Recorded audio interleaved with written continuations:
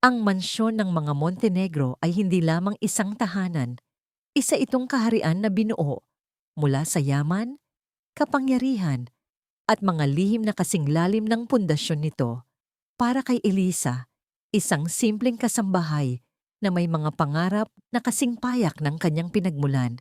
Ang bawat sulok ng mansyon ay isang paalala ng mundong hindi kailanman magiging kanya. Ang sahig na gawa sa makintab na marmol ay sumasalamin sa kanyang pagod na mukha. Ang naglalakihang mga bintanang salamin ay nagpapakita ng malawak na hardin na tila para lamang sa mga Diyos at Diyosa, at ang katahimikan sa loob ay may bigat na kayang durugin ang sinumang hindi sanay. 3 taon na siyang naglilingkod sa mga Montenegro. Sa 3 taon na yon, natututunan niyang maging anino, isang presensyang nariyan ngunit hindi napapansin. Nagsisilbi siya ng pagkain ng hindi naririnig, naglilinis ng mga silid ng walang iniiwang bakas, at nakikinig sa mga usapan na hindi naman dapat para sa kanyang mga tainga. Ang sentro ng kahariang ito ay si Don Ricardo Montenegro, ang nag-iisang tagapagmana, isang bilyonaryong may tindig na kasing tikas ng mga haligi ng mansyon at mga matang kasing lamig ng hanging umiihip mula sa karagatan. Sa publiko, si Don Ricardo ay isang henyo sa negosyo, isang taong walang emosyon at kayang paikutin ang mundo sa kanyang mga palad. Ngunit may isang sikreto si Ricardo na tanging si Elisa lamang ang nakakaalam. Sa likod ng kanyang malamig na panlabas na anyo, may isang pusong naghahanap ng init. Isang init na hindi maibigay ng kanyang nakatakdang mapangasawa, si Isabela de la Torre. Si Isabela ay ang perpektong larawan ng isang reyna, maganda, matalino, at mula sa isang pamilyang kasing yaman at kasing impluensya ng mga Montenegro. Ang kanilang pagsasama ay hindi bunga ng pag-ibig, kundi isang kasunduan sa negosyo na magpapatatag sa kanilang mga imperyo. Si Isabela ay parang isang porselanang manika, kaakit-akit tingnan, ngunit malamig at walang buhay kapag hinawakan. Ang bawat ngiti niya ay may kalkulasyon at ang bawat salita ay may tinatagong kahulugan. Para sa kanya, si Ricardo ay isang tropeyo, isang simbolo ng kanyang tagumpay. Ang pag-iibigan ni na Ricardo at Elisa ay nagsimula sa mga nakaw na sandali. Isang gabing umuulan, natagpuan ni Ricardo si Elisa sa silid-aklatan, tahimik na nag-aayos ng mga libro. Sa halip na magalit, naupo siya at kinausap ito, hindi bilang amo sa katulong, kundi bilang 2 taong kapwa nakakaramdam ng kalungkutan. Doon, sa gitna ng amoy ng mga lumang papel at halimuyak ng ulan, nakita ni Ricardo ang isang kanlungan. Kay Elisa, hindi siya si Don Ricardo, ang bilyonaryo. Siya ay si Ricardo lamang, isang lalaking pagod na sa kanyang ginintuang kulungan. Ang kanilang mga lihim na pagkikita ay naging mas madalas.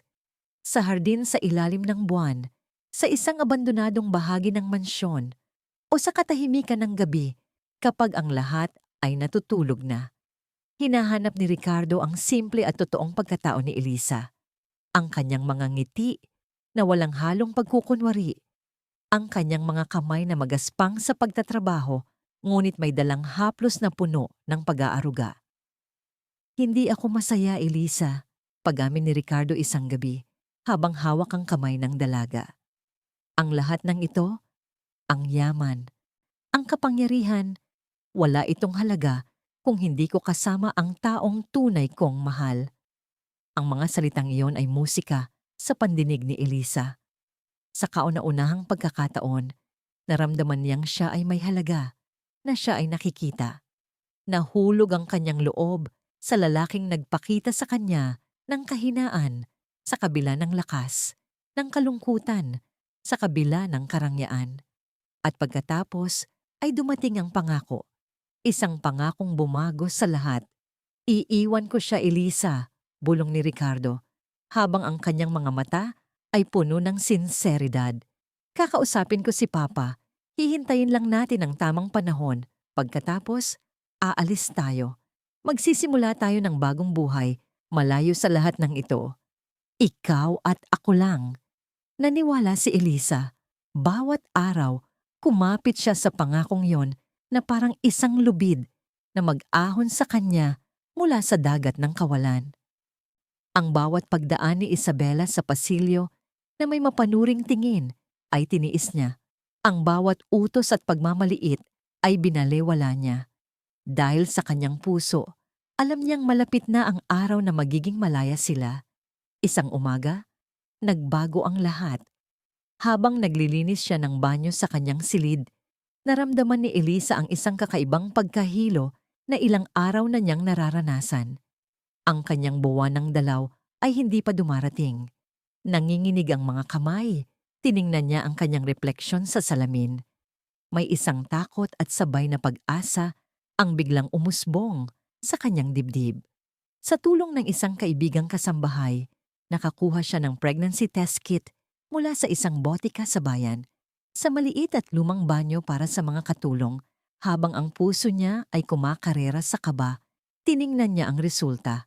2 linya, malinaw na malinaw. Buntis siya. Magkakaroon sila ng anak ni Ricardo. Napahawak siya sa kanyang tiyan at ang mga luha ay nagsimulang mamuo sa kanyang mga mata. Hindi ito luha ng takot, kundi luha ng tuwa. Ito na yon. Ito na ang hudyat. Ito na ang katibayan ng kanilang pag-ibig. Isang buhay na bunga ng kanilang mga lihim na sandali. Hindi na maaaring umatras si Ricardo. Ang kanilang anak ang magiging dahilan para sa wakas ay tuparin niya ang kanyang pangako. Dala ang balitang ito na para sa kanya ay isang milagro. Hinanap niya si Ricardo. Puno ng pag-asa ang kanyang puso. Ito na ang simula ng kanilang bagong buhay. Hindi niya alam na ito rin pala ang magiging simula ng kanyang pinakamadilim na bangungot. Taglay ang isang ngiti na hindi maalis sa kanyang mga labi. Hinanap ni Elisa si Ricardo.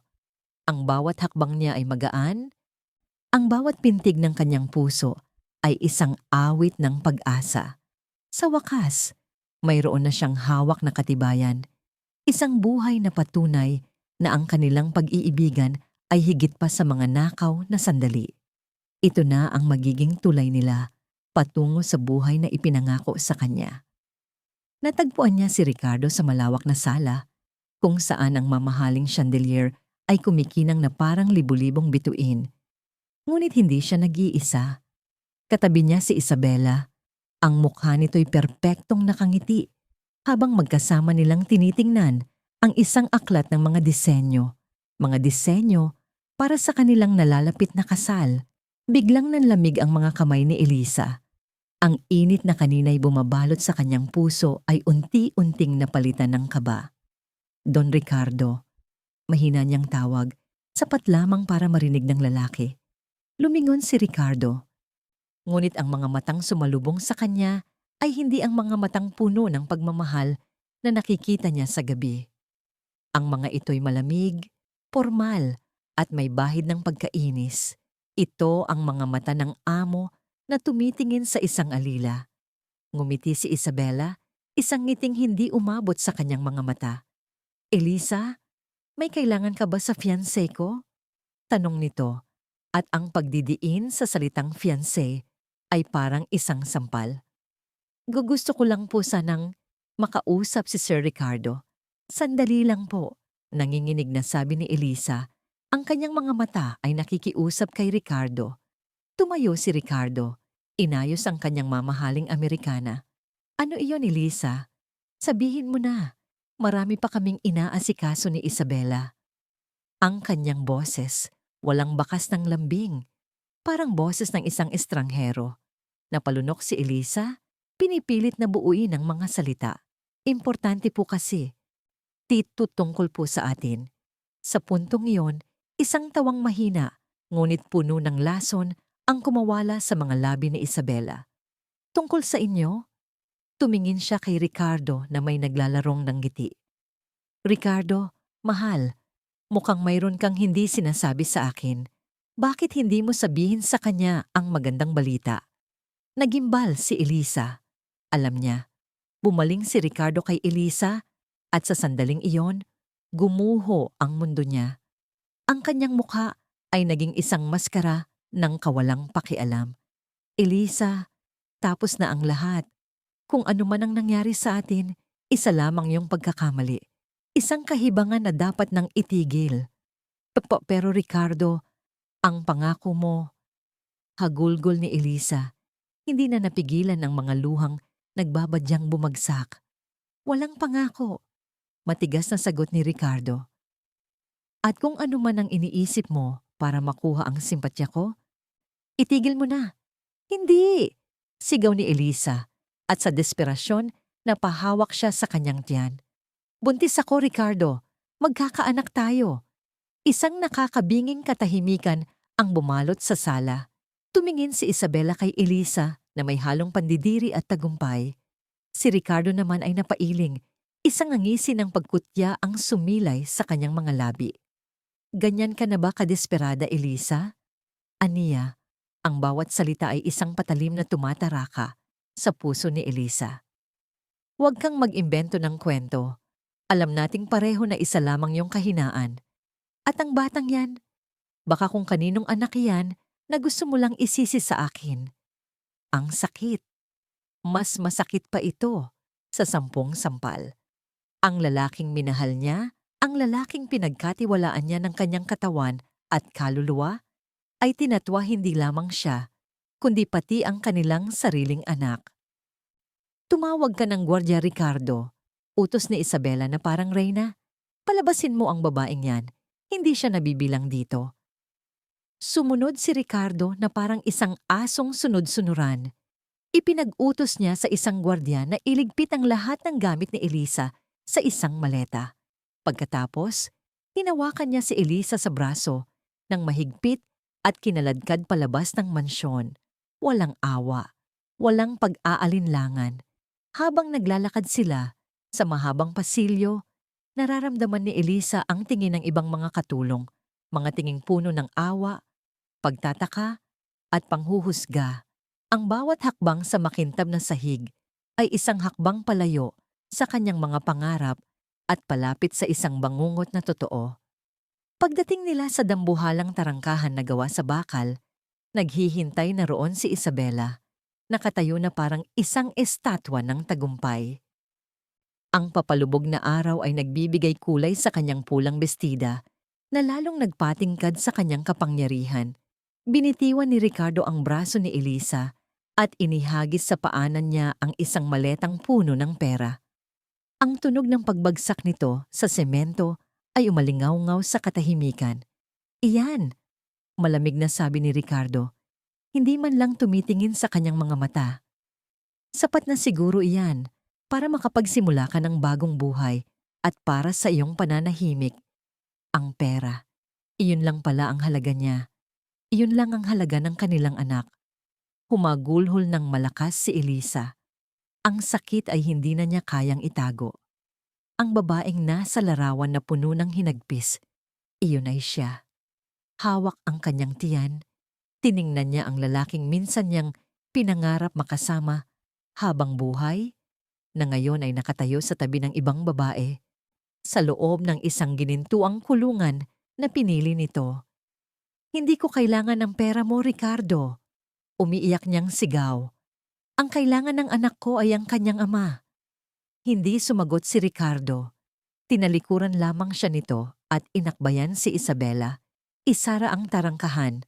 Utos ni Isabela sa gwardiya. Sa isang malakas na kalabog, ang mabigat na bakal na tarangkahan ay nagsara sa pagitan nila ni Elisa. Ang mga disenyo nitong paikot-ikot ay parang mga rehas ng kulungan na naghihiwalay sa dalawang mundo. Ang mundo ng yaman at kasinungalingan sa loob, at ang mundo ng sawi at wasak na puso sa labas. Naiwan si Elisa sa labas, mag-isa. Yakap-yakap ang sarili at ang maliit na buhay sa loob ng kanyang sinapupunan, habang ang mga huling sinag ng araw ay lumulubog, kasabay ng lahat ng kanyang mga pangarap. Ang pagsasara ng tarangkahan ng mansyon ng mga Montenegro ay hindi lamang pagtatapos ng kanyang trabaho. Iyon ang pagsasara ng isang kabanata ng kanyang buhay na puno ng mga pangarap na ngayon ay abo na lamang. Sa kalsadang yon, Habang ang dilim ay unti-unting lumalamon sa papalubog na araw, naramdaman ni Elisa ang tunay na kahulugan ng pagiging mag-isa. Ang maleta ng pera sa kanyang paanan ay parang isang insulto, isang malamig na paalala ng halaga na itinakda ni Ricardo sa kanilang pag-ibig at sa kanilang magiging anak. Hindi niya ginalaw ang pera. Tinalikuran niya ito, kasabay ng pagtalikod niya sa lahat ng alaala ng mansyon. Dala lamang ang maliit na bag na naglalaman ng kanyang mga personal na gamit at ang bigat ng pagtataksil sa kanyang puso. Nagsimula siyang maglakad palayo. Walang tiyak na patutunguhan. Ang bawat hakbang ay mabigat, bawat patak ng luha na dumadaloy sa kanyang pisngi ay isang panunumpa. Bubuhayin niya ang kanyang anak. Palalakihin niya ito ng may dignidad, malayo sa anino ng kasinungalingan at kayamanan ng mga Montenegro.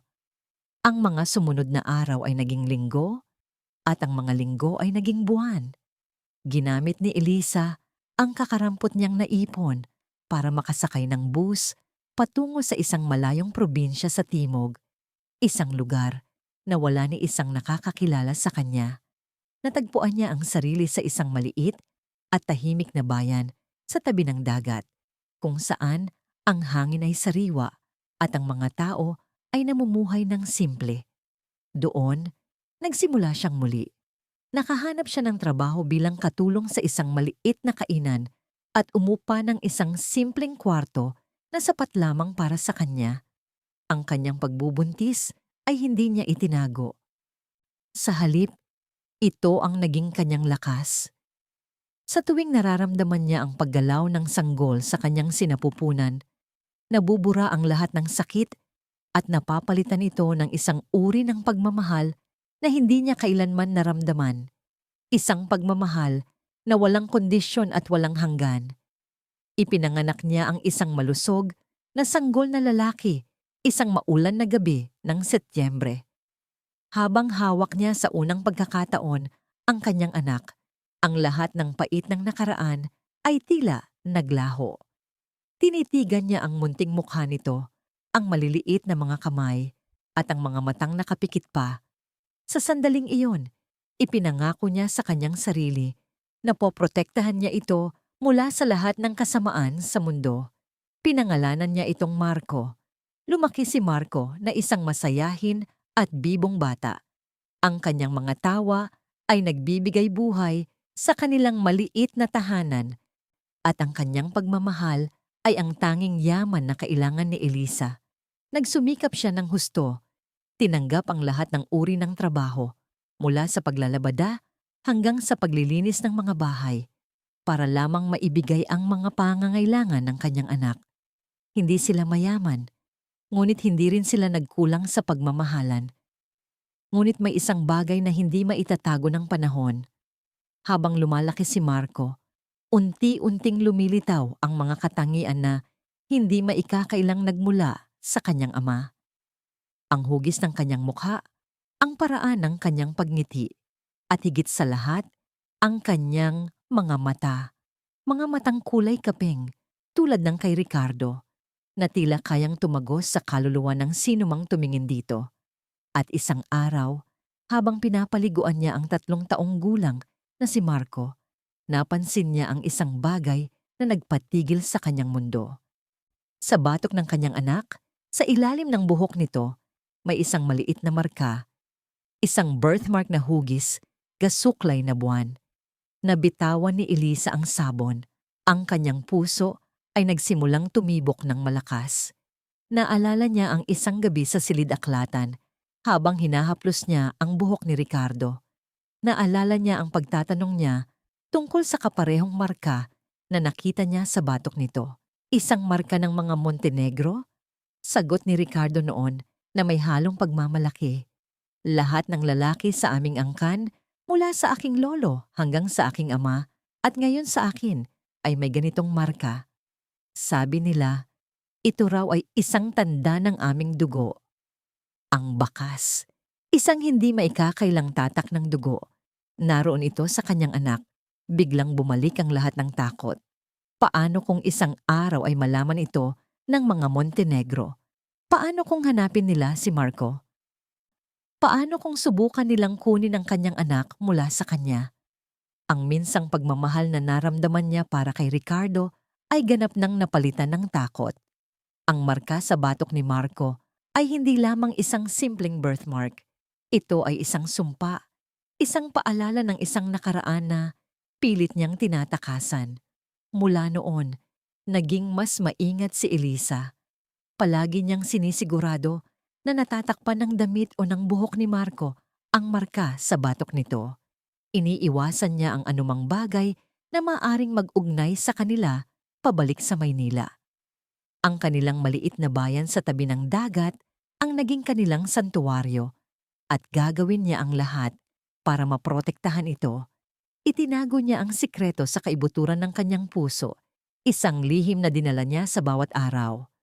Ang kanyang anak, ang kanyang si Marco, ay isang Montenegro. Ngunit para sa buong mundo, at lalo na para sa mga taong nasa likod ng bakal na tarangkahan, mananatili silang hindi kilala, mga anino na lamang ng nakaraan.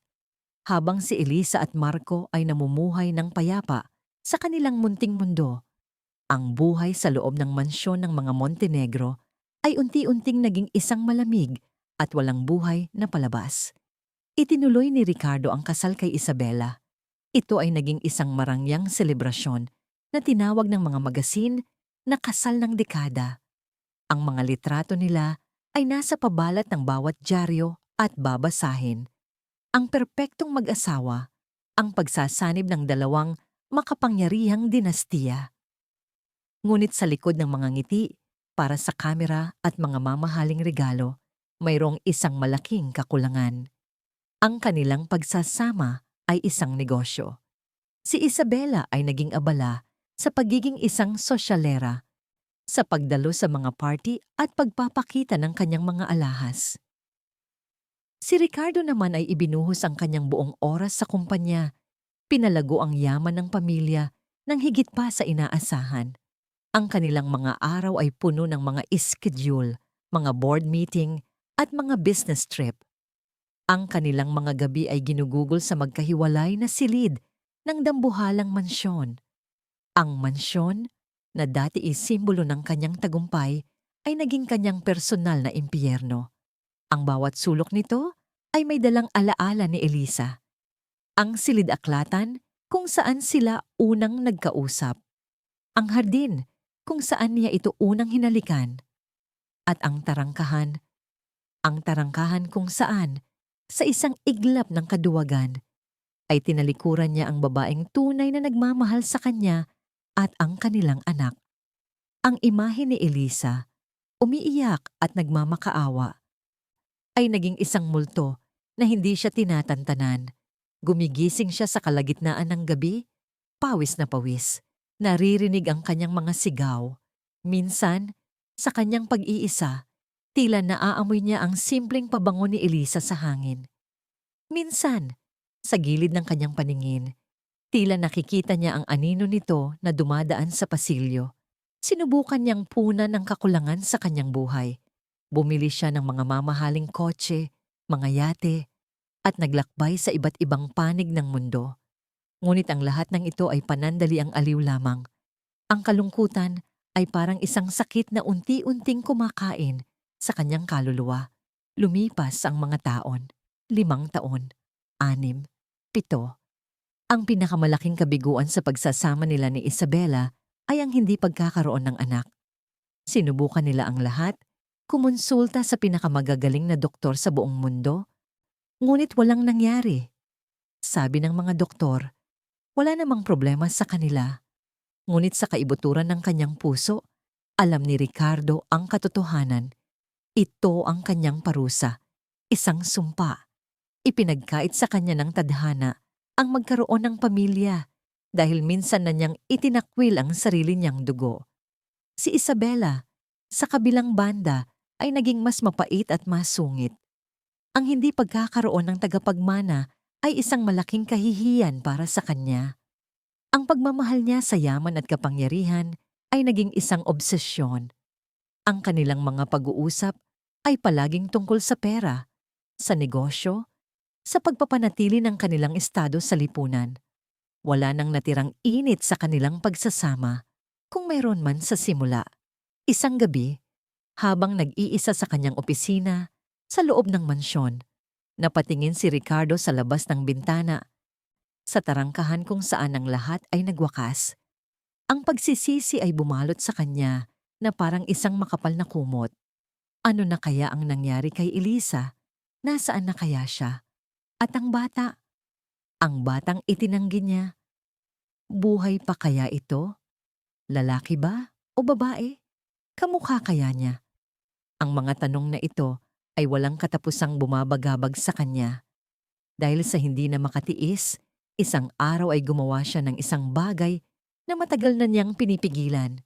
Tinawagan niya ang kanyang pinagkakatiwalaang pribadong investigador. Hanapin mo siya. Utos ni Ricardo sa telepono. Ang kanyang boses ay garalgal. Hanapin mo si Elisa Santos. Nagtrabaho siya dito 7 taon na ang nakalipas. Alamin mo kung nasaan siya, kung ano ang ginagawa niya, at kung may kasama siyang bata. Ang pag-utos niyang iyon ay isang desperadong hakbang. Hindi niya alam kung ano ang gagawin niya kapag nahanap na niya sila. Gusto lang niyang malaman. Gusto lang niyang masilayan, kahit sa malayo, ang buhay na kanyang itinakwil. Hindi niya alam na ang desisyong iyon ang muling magbubukas sa nakaraan at magdadala sa kanya sa isang landas na hahamon sa lahat ng kanyang pinaniniwalaan at maglalagay sa kanya sa isang huling pagsubok ng katapangan at pag-ibig. Ang multo ng nakaraan ay hindi na lamang isang anino sa kanyang isipan. Malapit na itong magkaroon ng pangalan at mukha. At ang pangalan na iyon ay Marco. Ilang linggo ang lumipas bago muling tumawag ang pribadong investigador. Si Ricardo ay nasa gitna ng isang mahalagang board meeting nang tumunog ang kanyang personal na telepono. Nakita niya ang pangalan ng investigador at agad na humingi ng paumanhin para sagutin ang tawag sa labas ng conference room. Nahanap ko na siya, sir. Sabi ng boses sa kabilang linya. Nasa isang maliit na bayan sa probinsya ng Quezon. Namumuhay ng simple. Mayroon siyang isang anak na lalaki, 7 taong gulang. Ang pangalan, Marco. Napapikit si Ricardo at napasandal sa pader. 7 taong gulang. Ang edad ay tugmang-tugma. Ipadala mo sa akin ang lahat ng impormasyon. Utos niya. Pinipilit na panatilihing kalmado ang kanyang boses. Ang address, mga litrato, lahat. Nang gabing iyon, hindi mapakali si Ricardo sa kanyang opisina. Nang matanggap niya ang email mula sa investigador, nanginginig ang kanyang mga kamay habang binubuksan ang mga kalakip na file. Unang bumungad sa kanya ang isang litrato ni Elisa. Nagbago na siya. Ang dating mahiyain at payat na dalaga ay naging isang babaeng may bakas ng hirap, ngunit may tatag sa kanyang mukha. Mayroon pa ring simple at natural na ganda, ngunit ngayon, mayroon ng lakas at kumpiyansa sa kanyang mga mata. Pagkatapos, tiningnan niya ang mga litrato ng bata. Isang batang lalaki na nakangiti habang naglalaro sa dalampasigan. Isang batang lalaki na nakaakbay sa kanyang ina. Isang batang lalaki na may mga matang kulay kaping pamilyar na pamilyar sa kanya. Ang kanyang mga mata. At sa isang close-up shot, malinaw na nakita ni Ricardo ang marka sa batok ng bata habang ito'y nakayuko. Ang marka ng mga Montenegro. Napahawak siya sa kanyang dibdib. Ang hangin ay tila naubos sa silid. Ito ang kanyang anak. Totoo. Ang lahat ng kanyang mga multo sa gabi, ang lahat ng kanyang paano kung ay nagkaroon ng mukha. Isang mukha na kamukhang kamukha niya noong siya ay bata pa. Sa isang iglap, nawalan ng halaga ang lahat ng numero sa kanyang mga bank account, ang lahat ng gusaling may pangalan niya, ang lahat ng tagumpay sa negosyo. Isang di mapigilang pangungulila ang bumalot sa kanya. Pangungulila para sa 7 taon na nasayang. Para sa mga unang hakbang na hindi niya nakita. Para sa mga unang salita na hindi niya narinig. Kinabukasan, Gumawa siya ng isang desisyon na ikinagulat ng lahat, lalo na ni Isabela. Nag-file siya ng indefinite leave of absence mula sa kumpanya. May personal na bagay lang akong kailangang ayusin. Iyon lamang ang sinabi niya. Hindi siya nagpaalam. Isang umaga, habang si Isabela ay natutulog pa, kinuha ni Ricardo ang isa sa kanyang mga sasakyan, hindi ang magarang sports car, kundi isang simpleng SUV, at nagmaneho mag-isa patungo sa timog. Walang driver, walang bodyguard, siya lang at ang daan. Ang mahabang biyahe ay nagbigay sa kanya ng panahon para mag-isip. Ano ang sasabihin niya kay Elisa? Paano niya haharapin ang batang minsan niyang itinanggi? Hindi niya alam. Ang tanging alam niya ay kailangan niyang pumunta. Kailangan niyang makita sila. Hindi para kunin ang bata. Hindi para guluhin ang kanilang buhay, kundi para sa isang bagay na mas malalim. Para humingi ng tawad. Natagpuan niya ang maliit na bayan ayon sa address na ibinigay. Ito ay isang lugar na ibang-iba sa kanyang mundo. Ang mga bahay ay simple, ang mga kalsada ay makipot, at ang amoy ng alat ng dagat ay nasa lahat ng dako. Ipinarak niya ang kanyang sasakyan sa malayo at nilakad ang natitirang daan patungo sa isang maliit na paupahan na nakatayo malapit sa dalampasigan. Mula sa dikalayuan, nakita niya sila. Si Elisa ay naglalabas sa labas ng kanilang bahay habang si Marco ay naglalaro ng bola kasama ang ibang mga bata. Tumayo lamang si Ricardo ron. Sa ilalim ng isang puno ng niyog, pinapanood sila. Pinanood niya kung paano ngumiti si Elisa habang tinatawag ang kanyang anak. Pinanood niya kung paano tumakbo si Marco, palapit sa ina at yumakap. Isang simpleng eksena ng pagmamahalan ng isang mag-ina.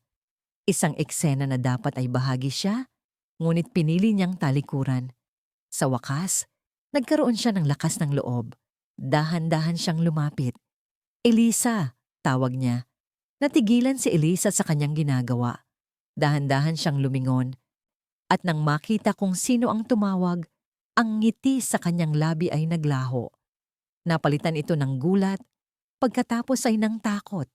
Agad niyang hinila si Marco sa kanyang likuran na parang isang inahing manok na pinoprotektahan ng kanyang sisiw mula sa isang lawin. Anong ginagawa mo dito? Tanong ni Elisa.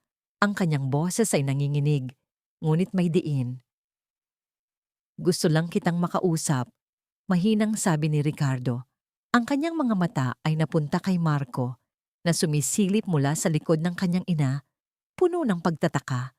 At sa sandaling iyon, nagtama ang kanilang mga paningin. Ang ama at ang anak na ngayon lang nagkita. Para kay Ricardo, ang pagtingin sa mga mata ni Marco ay parang pagtingin sa salamin ng kanyang nakaraan at ng kanyang pinakamalaking pagkakamali. Ang paghahanap ay tapos na. Ngunit ang tunay na paglalakbay, ang paglalakbay para sa kapatawaran, ay ngayon pa lamang nagsisimula. Wala tayong dapat pag-usapan, matigas na sabi ni Elisa habang hinihigpitan ang pagkakahawak sa balikat ni Marco. Umalis ka na, Ricardo. Huwag mo nang guluhin ang buhay namin. Elisa, parang awa mo na. Pagmamakaawa ni Ricardo at sa unang pagkakataon sa loob ng maraming taon, naramdaman niya ang pagtulo ng luha sa kanyang mga mata. Hindi ako naparito para manggulo. Alam ko ang kasalanan ko. Alam kong wala akong karapatan. Gusto ko lang humingi ng tawad. Nakita ni Elisa ang sinseridad sa mga mata ni Ricardo. Isang bagay na matagal na niyang hindi nakikita. Ngunit ang takot sa kanyang puso ay mas matindi. Takot na baka ang lahat ng ito ay isang palabas lamang. Ngunit ang kanilang pag-uusap ay biglang naantala. Isang itim at eleganteng kotse ang huminto sa dikalayuan. Mula rito ay bumaba ang isang babaeng nakasuot ng mamahaling damit at madilim na salamin. Si Isabela. Paano siya natuntun dito? Marahil ay pinasundan din siya. Ang mukha ni Isabela ay puno ng galit at pagkamuhi habang papalapit ito sa kanila. So, ito pala ang personal na bagay na inaasikaso mo, Ricardo. Sarkastikong sabi ni Isabela Tinanggal ang kanyang salamin. Ang kanyang tingin ay lumipat mula kay Ricardo patungo kay Elisa at sa huli kay Marco na nagtatago sa likod ng ina. At sino naman itong maliit na bastardo na ito? Huwag mo siyang tatawaging ganyan. Sabay na sigaw ni na Ricardo at Elisa. Sa isang iglap, nagbago ang lahat. Ang pagtatanggol ni Ricardo kay Marco ay isang bagay na hindi inaasahan ni Elisa. Huwag na huwag mong sasaktan ng anak ko. Isabela, mariing sabi ni Ricardo. Humakbang siya paharap para harangan sina Elisa at Marco. Ito ang unang pagkakataon na hinarap niya ng ganito ang kanyang asawa. Tumawa si Isabela, isang tawang mapait. Anak mo, Ricardo, huwag mo akong patawanin. Itinanggi mo na siya noon, di ba? Ngayon ano? Dahil hindi kita mabigyan ng tagapagmana, babalikan mo itong basura na ito? Hindi siya basura, sigaw ni Ricardo. At oo, nagkamali ako. Isang malaking pagkakamali na pinagsisisihan ko araw-araw. Pero tapos na yon, hindi ko nahahayaang masaktan pa sila. Alaga? Hamon ni Isabela. Kung gayon, pumili ka Ricardo. Ako at ang buong Montenegro Empire, ang lahat ng pinaghirapan ng pamilya mo, o itong hamak na babaeng ito at ang anak niya sa labas. Dahil sa oras na piliin mo sila, sisiguraduhin kong wala kang babalikan. Mawawala sa iyo ang lahat. Ito na naman ang pagpili. Ang parehong pagpili na hinarap niya 7 taon na ang nakalipas sa harap ng tarangkahan. Noon, pinili niya ang yaman. Pinili niya ang takot. Tumingin si Ricardo kay Elisa na nakatingin sa kanya nang may halong gulat at pag-aabang. Tumingin siya kay Marco, ang kanyang anak, na nakatingin sa kanya nang may takot. Sa sandaling iyon, naintindihan ni Ricardo ang lahat. Ang tunay na yaman ay hindi ang pera sa bangko o ang mga gusali. Ang tunay na yaman ay ang pagkakataong maging ama sa batang nasa harapan niya. Huminga siya ng malalim. Tumingin siya ng diretso kay Isabela. At sa wakas, pagkatapos ng 7 taon, ang bilyonaryong duwag ay naging isang ama. Kung gayon, mawala na ang lahat. Mahinahon, ngunit matatag niyang sabi, pinipili ko ang anak ko. Ang mukha ni Isabela ay nag-iba, mula sa pagiging kampante, patungo sa purong pagkagapi. Hindi siya makapaniwala. Nababaliw ka na ba? Ngayon lang ako nagkamalay, sagot ni Ricardo. Pagkatapos ay bumaling siya kay Elisa. Elisa, hindi ko hinihiling na bumalik ka sa akin. Hindi ko hinihiling na patawarin mo ako agad. Ang tanging hinihiling ko, hayaan mo akong maging ama kay Marco. Hayaan mong punan ko ang mga pagkukulang ko. Hayaan mong mahalin ko siya. Nakatitig lamang si Elisa. Ang kanyang puso ay naguguluhan. Ang lalaking nagtaboy sa kanya ay siya ring lalaking handang isuko ang lahat para sa kanila. Dahil sa galit at kahihiyan, sumakay si Isabela sa kanyang kotse at umalis ng mabilis. Nag-iwan ng alikabok sa daan. Naiwan silang 3 sa katahimikan. Lumuhod si Ricardo sa harap ni Marco. Marco, sabi niya, ang kanyang boses ay nanginginig. Ako ang papa mo. Patawarin mo ako kung ngayon lang ako dumating. Tumingin si Marco kay Elisa na dahan-dahang tumango, senyales na ligtas na magtiwala. Dahan-dahang lumapit si Marco kay Ricardo at sa isang kilos na nagpabagsak sa lahat ng pader sa puso ng bilyonaryo, niyakap niya ito. Niyakap ni Ricardo ang kanyang anak sa unang pagkakataon at sa init ng yakap na yon, natagpuan niya ang kapayapaan na hinanap niya sa loob ng 7 taon. Ang sumunod na mga buwan ay naging isang mahabang proseso. Gaya ng inaasahan, tinupad ni Isabela ang kanyang banta. Nagsampa siya ng diborsyo at, sa tulong ng kanyang pamilya, ginamit ang lahat ng legal na paraan para makuha ang malaking bahagi ng yaman ng mga Montenegro. Hindi lumaban si Ricardo. Ibinigay niya ang halos lahat. Ang tanging itinira niya ay isang maliit na pondo na sapat para makapagsimula muli. Iniwan niya ang mansyon, ang kumpanya, ang lahat ng karangyaan. Hindi na bumalik si Elisa bilang asawa ni Ricardo. Ang sugat ng nakaraan ay masyadong malalim para tuluyang maghilom. Ngunit sa paglipas ng panahon, natutunan niyang magpatawad. Nakita niya ang pagbabago kay Ricardo. Nakita niya kung paano nito minahal at inalagaan si Marco.